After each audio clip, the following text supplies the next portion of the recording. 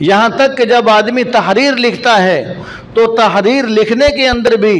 اگر آدمی لفظ محمد لکھ کر بعد میں صلعم لکھ دیتا ہے یا صاد لکھ دیتا ہے تو گویا کہ اس شخص نے بڑی کنجوسی کا مظاہرہ کیا۔ اس نے اپنی مرضی سے اتنی لمبی تحریر لکھ لی، لیکن جب حضور صلی اللہ علیہ وسلم کا نام مبارک لکھنے کی باری آئی تو یہ صرف صاد لکھ کر آگے نکل گیا۔ کاش کہ یہ پورا درود پاک صلی اللہ علیہ وسلم لکھتا اور یہ کنجوسی سے بچ جاتا۔ اور آپ صلی اللہ علیہ وسلم نے ارشاد فرمایا کہ جو آدمی تحریر کے اندر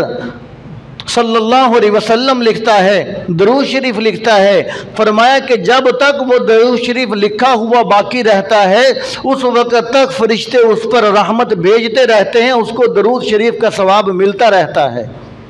تو اب آدمی کسی کتاب کے اندر کسی مقدس ورق کے اوپر کسی خالی کاغذ کے اوپر جب درود شریف لکھ لیتا ہے تو وہ خالی کاغذ مقدس بن جاتا ہے۔ ہر کوئی اس کا ادب کرتا ہے، احترام کرتا ہے، اس کو پھٹنے سے بچاتا ہے، اس کو ضائع ہونے سے بچاتا ہے، اس کو مقدس اور محفوظ جگہ پر رکھا جاتا ہے۔ تو نہ جانے ہم دنیا سے چلے جائیں تو کتنا عرصہ درود شریف لکھا رہے گا اور ہمیں اس کا ثواب ملتا رہے گا۔ يا أيها الذين آمنوا اتقوا الله وكونوا مع الصادقين